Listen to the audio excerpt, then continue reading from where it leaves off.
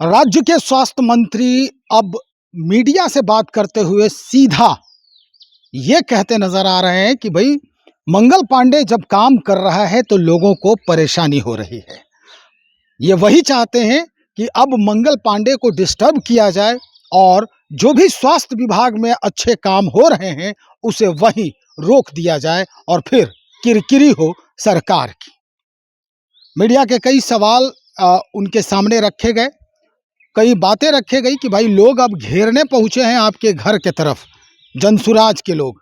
उसके बाद और भी सवाल पीएमसीएच को लेकर हुआ कि 30 तारीख को इमरजेंसी सेवा लागू की जा रही है पटना मेडिकल कॉलेज हॉस्पिटल में।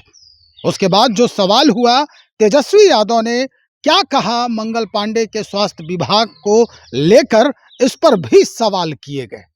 एक एक करके जवाब मंगल पांडे ने दिया है। हम चाहते हैं उन्हीं की जुबानी ये सारे जवाब आप सुने। इमरजेंसी सेवा को और बेहतर करने के प्रयास किए जा रहे हैं। उसके लिए नया एसओपी बनाया गया है विभाग की तरफ से और सभी अस्पतालों को उस एसओपी का अनुपालन करने का निर्देश दिया गया है कि जब कोई मरीज आपात स्थिति में आता है इमरजेंसी सेवा में तो किस तरीके से क्या प्रोटोकॉल हो ट्रीटमेंट का, उसके लिए एसओपी बना के सभी अस्पतालों को निर्देशित किया गया है, पीएमसीएच को भी किया गया है। अब आप इसी से समझ लीजिए कि इन लोगों को कितनी चीड़ हो गई है और स्वास्थ्य विभाग जिस तरीके से काम कर रहा है, जिसकी लोकप्रियता आज गांव-गांव में है और स्वास्थ्य विभाग के काम की प्रशंसा ग्रामीण कर रहे हैं। निश्चित रूप से हमारे मुख्यमंत्री जी की भी लोकप्रियता बढ़ रही है, सरकार की लोकप्रियता बढ़ रही है और विपक्ष को गुस्सा आ रहा है कि ये विभाग, ये मंत्री क्यों इतना काम करता है। हमारे जिले में अभी आदरणीय प्रधानमंत्री जी और माननीय मुख्यमंत्री जी गए थे, वहां जो जन समर्थन दिखा वो सब आप मीडिया के लोगों ने देखा है कि कितना बड़ा जन सैलाब वहां था और ये जो ख्याति सरकार की बढ़ रही है ये बर्दाश्त नहीं हो रहा है इन लोगों। तो जो भी पार्टी के लोग हों उनको किसी तरीके से पर्चा में और चर्चा में रहना है, तो उसके लिए ये लोग ऐसा कार्यक्रम अपना करते रहते। विपक्ष है, लोकतंत्र है, विपक्ष में लोकतंत्र में जिसको कुछ भी बोलना हो वो बोलने का छूट रहता है। लेकिन वो तो मांगेंगे, वो तो यही करेंगे ना कि ताकि मंगल पांडे के काम में कमी आ जाए, ताकि मंगल पांडे काम नहीं करे। वो तो यही चाहेंगे। मेरा जवाब तो सुन लीजिए।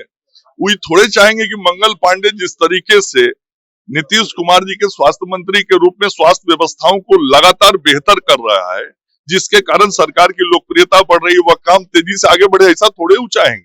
और कौन लोग थे वो आपके वीडियो में भी होगा, लड़का बच्चा बुतरू सबको लेके कहीं से लेके चल दिए।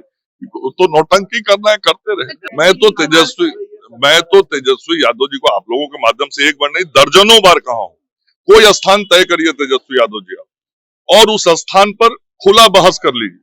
मैं स्वास्थ्य मंत्री इतने दिनों से हूं, आपको भी 1 साल 5 महीना स्वास्थ्य मंत्री रहने का अवसर मिला है। आपने 1 साल 5 महीने में कितनी नौकरियों के पद सृजित करवाए, कितने पदों के नियमावली बनवाए, कितने पदों का विज्ञापन आपने निकलवाया, आपके द्वारा निकाले गए विज्ञापन से कितनी नियुक्ति हुई, ये आप बिहार की जनता को मेरे सामने आके बताइए, मैं भी बताऊंगा। कितने नए अस्पतालों की स्वीकृति आपने दी, आपने कितने नए अस्पतालों के नींव रखे, आपके समय में कितने नए अस्पतालों के अंदर लोगों को स्वास्थ्य सेवाएं मिलनी शुरू हुई, आपके समय में कितनी दवाइयां लोगों को मिल रही थी। एक एक चीज का जवाब आप जनता को आके दीजिए ना। मंगल पांडे आपसे सार्वजनिक मंच पे बहस करना चाहता है तो वो क्या करते हैं, वो आपके सामने आके कहते हैं हाँ मैं बहस कर लूंगा, वो आ जाए मैं बहस करूंगा। मैं तो सार्वजनिक रूप से कहता हूँ समय स्थान तय करें, मंगल पांडे वहां हाजिर रहेगा। भाई साफ तौर पे कह दिया है मंगल पांडे ने कि जिस तरह से भी हो ये लोग परेशान कर रहे हैं, सरकार को बदनाम करने की नाकाम कोशिश भी है इनकी। लेकिन अब हम तेजस्वी यादव को सरेआम कह रहे हैं कि वो किसी भी खुले मंच पर आकर हमसे डिबेट करें, बहस कर लें। और जैसे भी हो, क्या किया है उन्होंने 1 साल 5 महीने में और मैंने क्या किया है, ये सारा सार्वजनिक हो और जनता के सामने रखा जाए। स्पष्ट कह दिया है कि जब इच्छा, जहां इच्छा, जैसे इच्छा तेजस्वी यादव हमसे आकर इस बात पर चर्चा कर सकते हैं। तो चलिए देखते हैं अब तेजस्वी यादव क्या करते हैं और कैसे इस बात को वो खंडित करते हैं, हम वो भी आपको दिखाएंगे। बने रहिए हमारे साथ। बहुत शुक्रिया।